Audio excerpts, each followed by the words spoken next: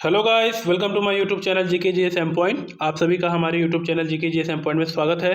तो दोस्तों, आज हम करने वाले हैं यूनिट 8 को कंप्लीट। आज हम करेंगे यूनिट 8 को पूरी तरह से कंप्लीट करने वाले हैं दोस्तों। ठीक है, तो अगर आप हमारे चैनल पर नए हैं तो आप हमारे चैनल को सब्सक्राइब करिए, वीडियो को लाइक करिए और कमेंट करिए कि आपको ये वीडियो कैसा लगा। ठीक है, इस सबसे पहले दोस्तों एक बात मैं बोलना चाहूँगा, ये जो आपके थंबनेल पर एक बुक दिख रही होगी, ये है मध्य प्रदेश परीक्षा धाम की वस्तुनिष्ठ बुक। ये बहुत अच्छी बुक है दोस्तों, अगर आप चाहें तो इसे प्रीफर कर सकते हैं।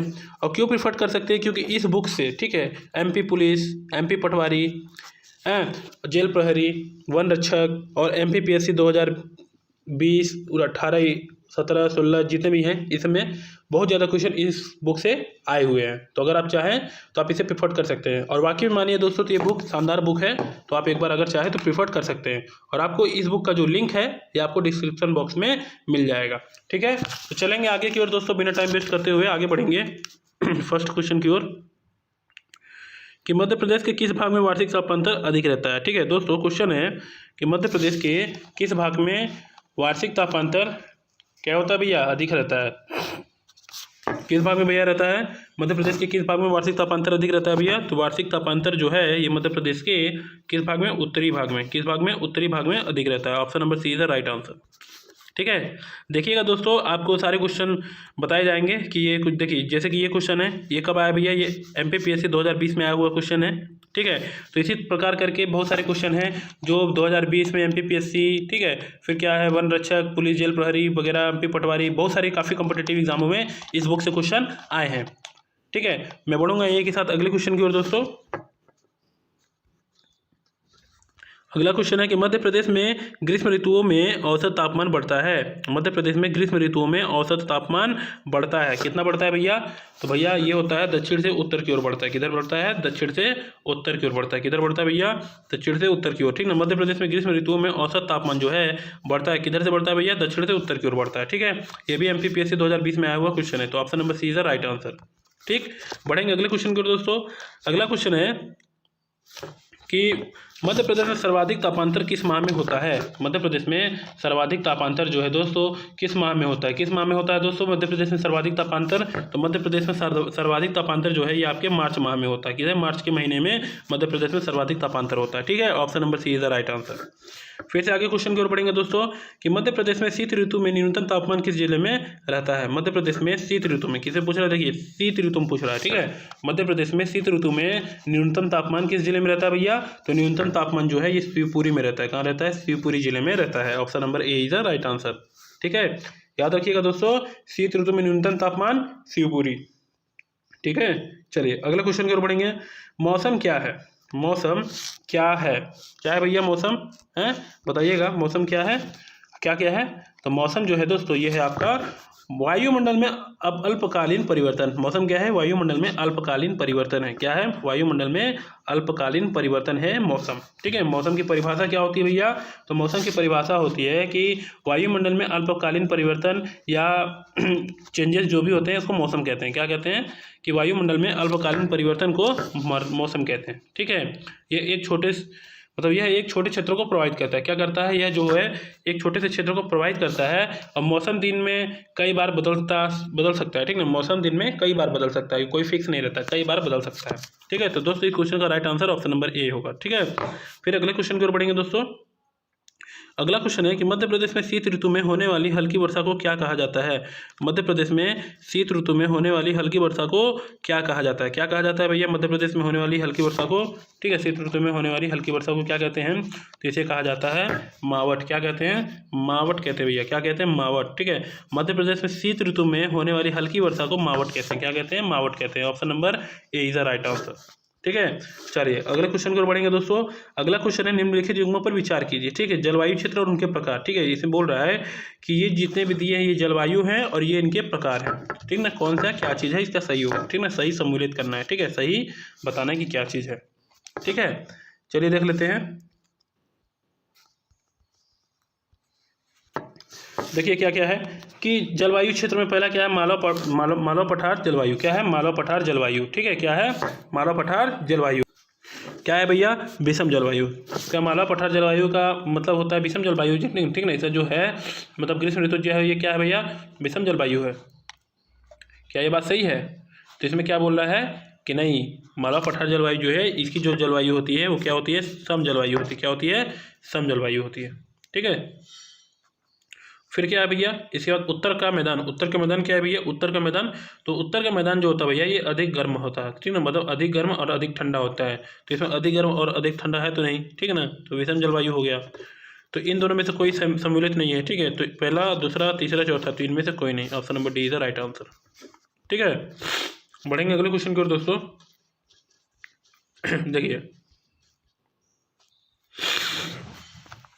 देखिए क्या बोल रहा है दोस्तों, क्वेश्चन को देखिए। निम्नलिखित कथनों में से, ठीक है, निम्नलिखित कथनों में से कौन सा कथन मध्य प्रदेश के संदर्भ से सही है, संदर्भ में सही है, ठीक है। निम्नलिखित कथनों में से कौन सा कथन जो है, ठीक ना, निम्नलिखित कथनों में से कौन सा कथन जो है वो मध्य प्रदेश संदर्भ में सही है। कौन सा कथन सही है? तो देखिए ये जो ऑप्शन नंबर बी है क्या है कि ग्रीष्म ऋतु में औसत तापमान दक्षिण से उत्तर की ओर जाने पर बढ़ता है। तो जी हाँ दोस्तों, ग्रीष्म ऋतु में औसत तापमान दक्षिण से उत्तर की ओर जाने में बढ़ता है। Option number B is the right answer. ठीक है, चलिए अगले क्वेश्चन की ओर बढ़ेंगे दोस्तों। अगला क्वेश्चन है कि जलवायु क्या है, ठीक है। जलवायु की परिभाषा पूछ रहा है दोस्तों कि जलवायु क्या है, क्या होती है जलवायु, ठीक है। तो जलवायु जो है ये होती है वायुमंडल में दीर्घकालीन परिवर्तन जो होती है वो जलवायु कहलाती है, ठीक ना। वायुमंडल में दीर्घकालीन परिवर्तन जलवायु कहलाती है।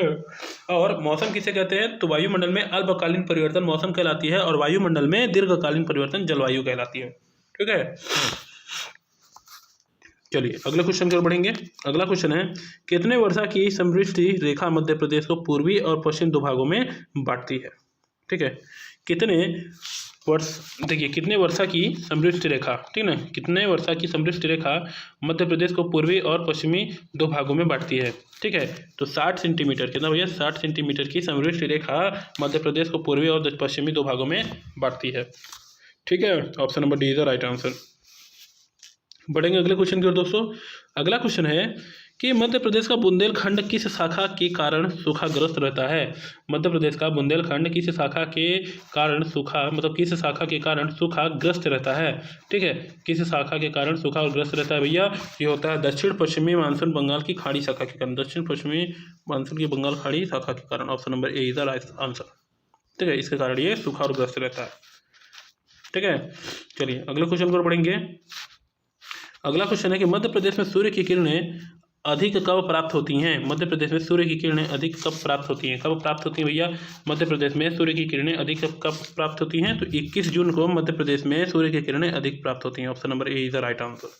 ठीक है, 21 जून को मध्य प्रदेश में सूर्य की किरणें जो है वो अधिक प्राप्त होती हैं। ठीक है, अगला क्वेश्चन है दोस्तों, मध्य प्रदेश में कट्टीवाड़ा, पंचमढ़ी और अमरकंटक क्षेत्र किन अंतर्गैप से वर्षा प्राप्त करते हैं? किन अंतर्गैप से वर्षा प्राप्त करते हैं? तो भैया ये जो है ताप्ती घाटी गैप से और नर्मदा घाटी गैप से, अर्थात इन दोनों से प्राप्त करते हैं। Option number C is the right answer. ठीक है, चलिए अगले क्वेश्चन को पढ़ेंगे दोस्तों। अगला क्वेश्चन है कि फाहान ने किस क्षेत्र की जलवायु को आदर्श जलवायु कहा है? ठीक है, फाहान ने क्या बोल रहा है भैया कि फाहान ने किस क्षेत्र की जलवायु को आदर्श जलवायु कहा है? किस क्षेत्र की जलवायु को आदर्श जलवायु कहा है? तो किस क्षेत्र की जलवायु को भैया? तो मालवा के पठार की जलवायु को आदर्श जलवायु कहा है। ठीक है, option number A is the right answer. ठीक है, फिर अगले क्वेश्चन की ओर बढ़ेंगे दोस्तों कि मध्य प्रदेश में विषम जलवायु पाई जाती है। मध्य प्रदेश में विषम जलवायु पाई जाती है। ठीक है, मध्य प्रदेश में विषम जलवायु पाई जाती है। तो भैया उत्तर के मैदान में मध्य प्रदेश में विषम जलवायु पाई जाती है। ठीक है, उत्तर के मैदान में मध्य प्रदेश में जलवायु पाई जाती है। ठीक है, अगला क्वेश्चन देखेंगे दोस्तों, अमरकंटक क्षेत्र किस जलवायु क्षेत्र के अंतर्गत आएगा? ठीक है, अमरकंटक क्षेत्र जो है वो किस जलवायु क्षेत्र के अंतर्गत आएगा? किस जलवायु क्षेत्र के अंतर्गत आएगा भैया?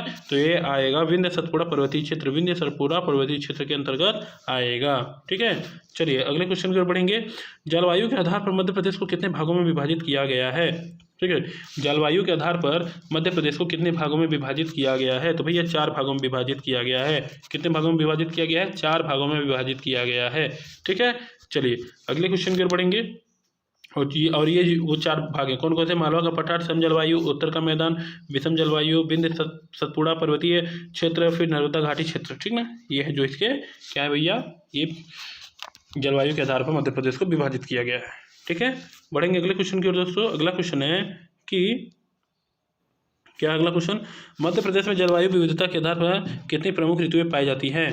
मध्य प्रदेश जलवायु विविधता के आधार पर कितनी प्रमुख ऋतुएं पाई जाती हैं? कितनी प्रमुख ऋतुएं पाई जाती हैं? तो भैया 3 प्रमुख ऋतुएं पाई जाती हैं। ठीक है, 3 प्रमुख ऋतुएं पाई जाती हैं। कौन कौन सी ऋतुएं भैया?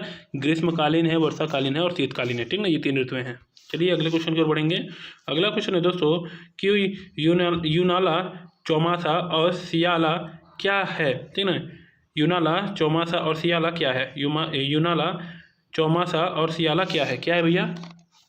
तो ये जो है मध्य प्रदेश में स्थानीय ऋतुओं के नाम है। मध्य प्रदेश में स्थानीय ऋतुओं के नाम है। Option number D is the right answer. ठीक है, बढ़ेंगे अगले क्वेश्चन की ओर दोस्तों कि भारतीय परंपरा के अनुसार मध्य प्रदेश में कितनी ऋतुएं होती हैं? भारतीय परंपरा के अनुसार मध्य प्रदेश में कितनी ऋतुएं होती हैं? तो भैया 6 ऋतुएं होती हैं। ठीक है, 6 ऋतुएं होती हैं। कौन कौन सी होती हैं भैया 6 ऋतुएं?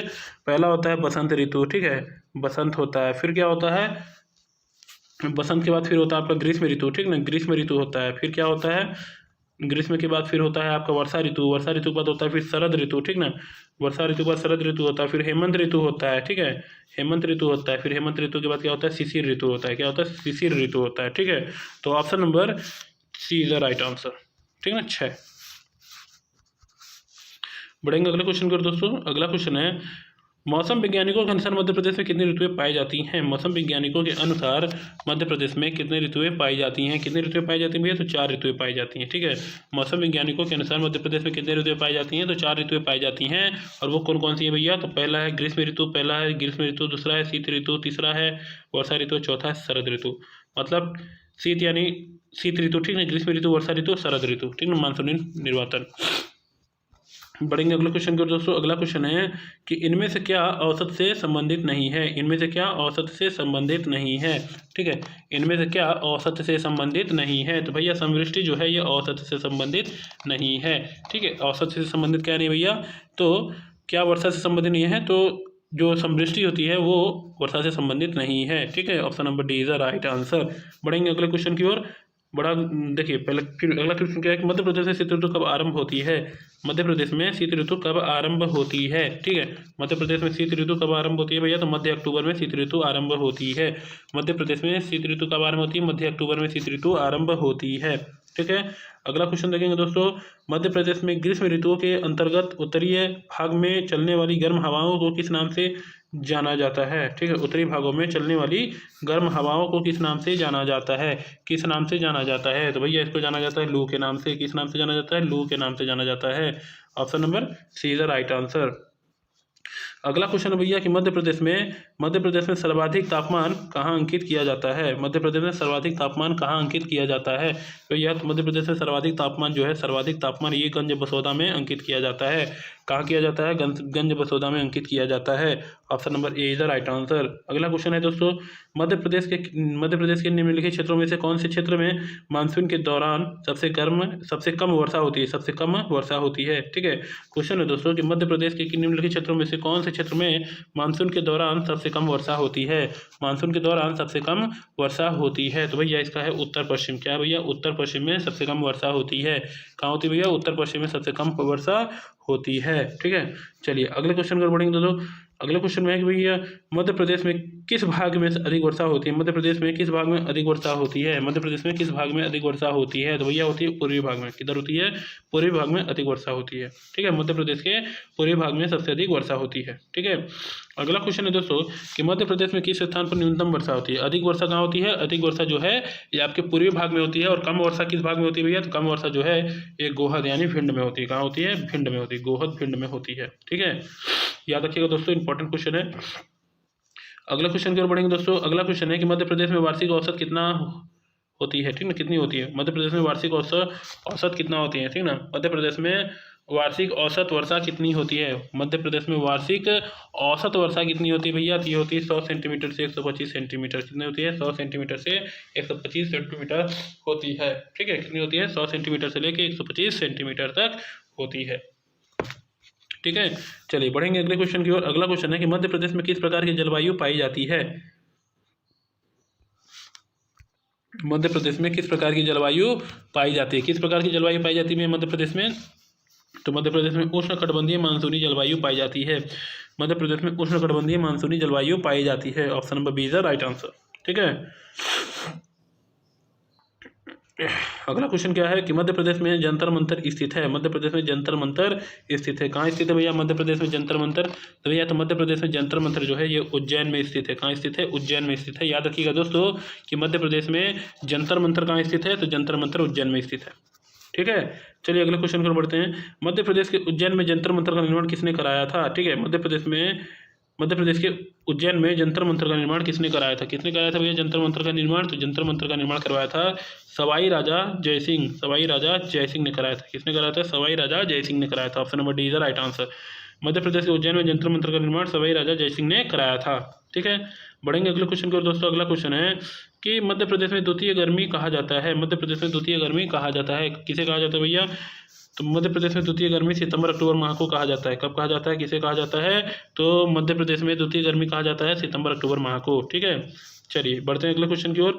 अगला क्वेश्चन है कि भैया मध्य प्रदेश में एस मतलब सुभाष चंद्र शेखर वेधशाला, ठीक ना, सुभाष एस चंद्रशेखर मतलब जो है सुभाष चंद्र शेखर वेधशाला जो है वो कहाँ स्थित है? सुभाष चंद्र वेधशाला कहाँ है? एस चंद्रशेखर वेधशाला कहाँ स्थित है?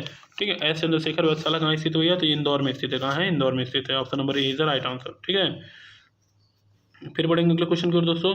अगला क्वेश्चन है कि मध्य प्रदेश को कितने कृषि जलवायु क्षेत्रों में बांटा गया है? मध्य प्रदेश को कितने कृषि जलवायु क्षेत्रों में बांटा गया है? कितने कृषि जलवायु क्षेत्रों में बांटा गया है भैया मध्य प्रदेश को?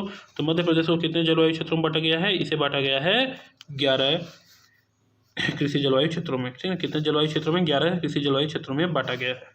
ठीक है, चलिए अगले क्वेश्चन पर बढ़ेंगे दोस्तों। अगला क्वेश्चन है कि ग्वालियर और शिवपुरी किस कृषि जलवायु क्षेत्र के अंतर्गत आते हैं? ग्वालियर और शिवपुरी जो है किस कृषि जलवायु क्षेत्र के अंतर्गत आते हैं? किस कृषि जलवायु क्षेत्र के अंतर्गत आते हैं भैया? तो ग्रिड क्षेत्र के अंतर्गत आते हैं। किसके अंतर्गत? ग्रिड क्षेत्र के अंतर्गत आते हैं। Option number A is the right answer.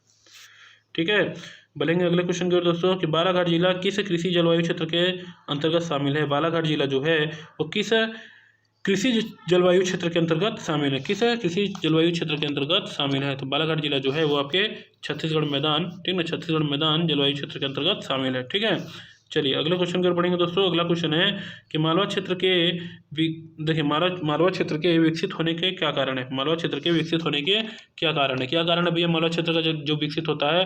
जिसका कारण है जलवायु। क्या है भैया? जलवायु है। जलवायु के कारण मालवा क्षेत्र विकसित होता है। ठीक ना, जलवायु के कारण मालवा क्षेत्र विकसित होता है। ठीक ना, देखिए मालवा क्षेत्र में देखिए क्या है कि मालवा क्षेत्र विकसित होने में वहाँ की जो सम जलवायु है उसका अहम योगदान है। ठीक है, जो वहाँ की सम जलवायु है उसका अहम योगदान है। ठीक है, अहम योगदान है। ठीक है, चलिए अगले क्वेश्चन की ओर बढ़ेंगे दोस्तों। अगला क्वेश्चन है कि मध्य प्रदेश ऋतु वेधशाला कहाँ स्थित है? मध्य प्रदेश ऋतु वेधशाला कहाँ स्थित है? कहाँ स्थित है भैया मध्य प्रदेश ऋतु वेधशाला? तो इंदौर में स्थित है। कहाँ स्थित है? इंदौर में स्थित है मध्य प्रदेश ऋतु वेधशाला। ठीक है, चलिए अगले क्वेश्चन की ओर बढ़ेंगे दोस्तों। अगला क्वेश्चन है कि मध्य प्रदेश में सूखाग्रस्त क्षेत्र शामिल है। मध्य प्रदेश में सूखाग्रस्त क्षेत्र शामिल है। ठीक है, मध्य प्रदेश में सूखाग्रस्त क्षेत्र शामिल है। कहाँ है भैया? तो बुंदेलखंड में शामिल है। कहाँ है? बुंदेलखंड में शामिल है। ठीक है, चलिए अगले क्वेश्चन की ओर बढ़ेंगे। मध्य प्रदेश में चौमासा किस ऋतु को कहा जाता है? मध्य प्रदेश में चौमासा किस ऋतु को कहा जाता है? किसे कहा जाता है भैया? तो चौमासा वर्षा ऋतु को कहा जाता है। मध्य प्रदेश में चौमासा जो है वो वर्षा ऋतु को कहा जाता है। ठीक है, मध्य प्रदेश में चौमासा जो है वो वर्षा ऋतु को कहा जाता है। ठीक है, चलिए अगले क्वेश्चन को चलते हैं भैया कि निम्न कथनों में से सत्य कथन का चुनाव कीजिए। ठीक ना, मध्य प्रदेश में अधिकांश देखिए क्या है, देखिए क्या है कि मध्य प्रदेश में अधिकांश वर्षा दक्षिण पश्चिमी मानसून में होती है। क्या ये बात सही है? तो मध्य प्रदेश में अधिकांश वर्षा जो होती है दोस्तों ये दक्षिणी और पश्चिमी मानसून में होती है। जी हाँ, एकदम बात सही है। फिर क्या है, राज्य में ऋतु वेधशाला इंदौर में स्थित है। राज्य में ऋतु वेधशाला इंदौर में स्थित है। तो जी हाँ दोस्तों, राज्य में ऋतु वेधशाला जो है ये इंदौर में स्थित है। फिर क्या है, मालवा पठार में समशीतोष्ण जलवायु पाई जाती है।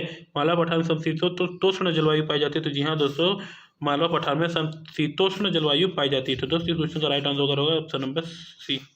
ठीक है, चलिए अगले क्वेश्चन पर बढ़ेंगे दोस्तों। अगला क्वेश्चन है कि मध्य प्रदेश की जलवायु को उष्णकटिबंधीय स्वरूप प्रदान करने में कौन सा कारक प्रमुख रूप से उत्तरदायी है? ठीक है, क्वेश्चन है कि मध्य प्रदेश की जलवायु को उष्णकटिबंधीय स्वरूप प्रदान करने के लिए कौन सा कारक प्रमुख रूप से उत्तरदायी है? कौन सा कारक प्रमुख रूप से उत्तरदायी है भैया? तो कर्क रेखा प्रमुख रूप से उत्तरदायी है। ठीक है, option number D is the right answer. बढ़ेंगे अगले क्वेश्चन पर दोस्तों कि सूर्य के दक्षिणी यान, ठीक ना, सूर्य के दक्षिणी यान होने के सूर्य के दक्षिणायन होने से मध्य प्रदेश की जलवायु में क्या परिवर्तन होगा? सूर्य के दक्षिणायन होने से मध्य प्रदेश की जलवायु में क्या परिवर्तन होगा? क्या होगा भैया? ताप में कमी होगी। क्या होगी? तापमान में कमी, ताप में कमी होगी। ठीक है, option number B is the right answer. ठीक है, फिर बढ़ेंगे अगले क्वेश्चन को दोस्तों। अगला क्वेश्चन है, निम्नलिखित कथनों पर विचार कीजिए। ठीक है ना, वर्षा का वितरण मध्य प्रदेश में दक्षिणी क्या है? देखिए, वर्षा का वितरण मध्य प्रदेश में दक्षिणी पूर्वी क्षेत्र में उत्तर पूर्व की ओर घटता है, उत्तर पूर्व की ओर घटता है। क्या बात सही है? हाँ, क्या ये बात सही है? तो जी हाँ दोस्तों, ये बात सही है। फिर क्या है? बघेलखंड पठार में औसत वार्षिक वर्षा 125 सेंटीमीटर होती है। क्या बात सही है? तो जी हाँ दोस्तों, ये भी बात सही है। फिर क्या है भैया कि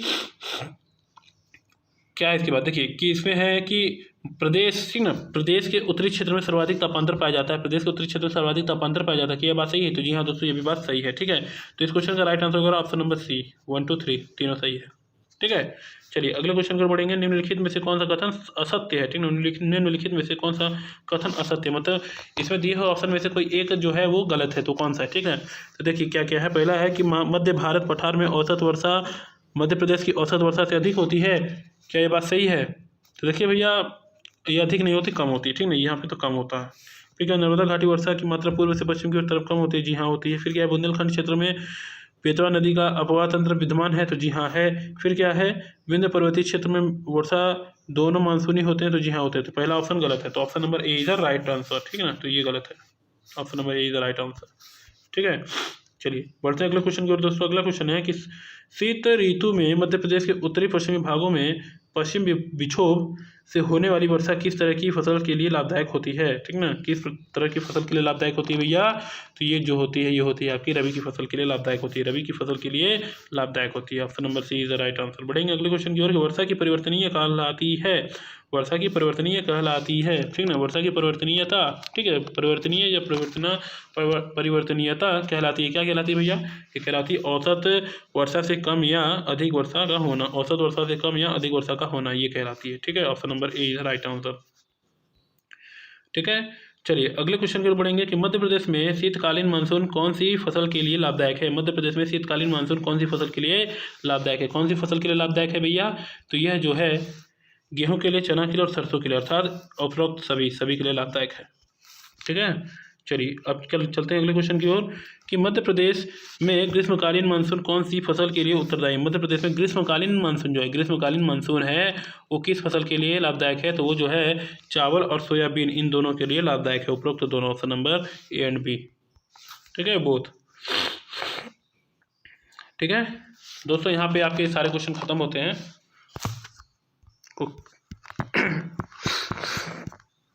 यहाँ पे दोस्तों ये आपके पार्ट यानी यूनिट 8 यहाँ पे आपका कंप्लीट होता है। इससे पहले वाले लेक्चर में मैंने यूनिट 6 और 7 एक साथ कंप्लीट करा दिया था, और इस यूनिट में मैंने यूनिट 8 को कंप्लीट करा दिया है। ठीक है, यूनिट 8 क्या था भैया आपका? ऋतु परिवर्तन, ये मतलब ऋतुओं से रिलेटेड क्वेश्चन था, मौसम जलवायु परिवर्तन। ठीक ना, मौसम जलवायु से रिलेटेड क्वेश्चन था, जिसके मैंने सारे क्वेश्चन करा दिए। अब मैं मिलूंगा आपके साथ अगले वीडियो में यूनिट 9 के साथ। ठीक ना, यूनिट 9 को लेके आऊँगा और उस वीडियो में मैं आपके साथ मिलूंगा। ठीक है, तो दोस्तों अगर आप हमारे चैनल पर नए हैं तो आप हमारे चैनल को सब्सक्राइब करिए।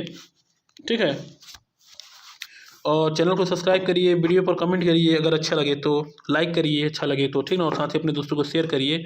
ठीक है, और हाँ दोस्तों एक बात बोलूँगा कि trust and believe get 100% success, मतलब ट्रस्ट करिए, भरोसा करिए, ठीक ना, बिलीव करिए, भरोसा करिए, आपको 100% 101% आपको सफलता मिलेगी, क्योंकि हम जिस सिलेबस को पढ़ा रहे हैं वो पूरा पटवारी में आने वाला है, पटवारी एग्जाम के लिए आने वाला है। ठीक है, हम स्पेशली तैयारी पटवारी एग्जाम के लिए करा रहे हैं, लेकिन ऐसा ना समझें कि हम केवल पटवारी के लिए ही पढ़ा रहे हैं। जो MP GK जो चलती है वो आपके MPPSC, ठीक है, MPPSC हो गया, फिर क्या है आपका जेल प्रहरी हो गया, जेल प्रहरी के बाद क्या है भैया आपका वन रक्षक हो गया, फिर पटवारी हो गया, मतलब काफ़ी कम्पिटिटिव एग्जाम जैसे कि ग्रुप 2 सब, ग्रुप 4, ये सब कम्पिटिटिव एग्जाम में जो MP GK आते हैं वो सारे क्वेश्चन इस वीडियो में कराए जा रहे हैं, हमारे यूट्यूब चैनल पे कराए जा रहे हैं। तो अगर आप इंटरेस्टेड हैं तो आप हमारे यूट्यूब चैनल को सब्सक्राइब कर लें। ठीक है, चलिए दोस्तों ज़्यादा बात ना करते हुए हम मिलेंगे आपके साथ अगले वीडियो में। ओके, तब तक के लिए जय हिंद।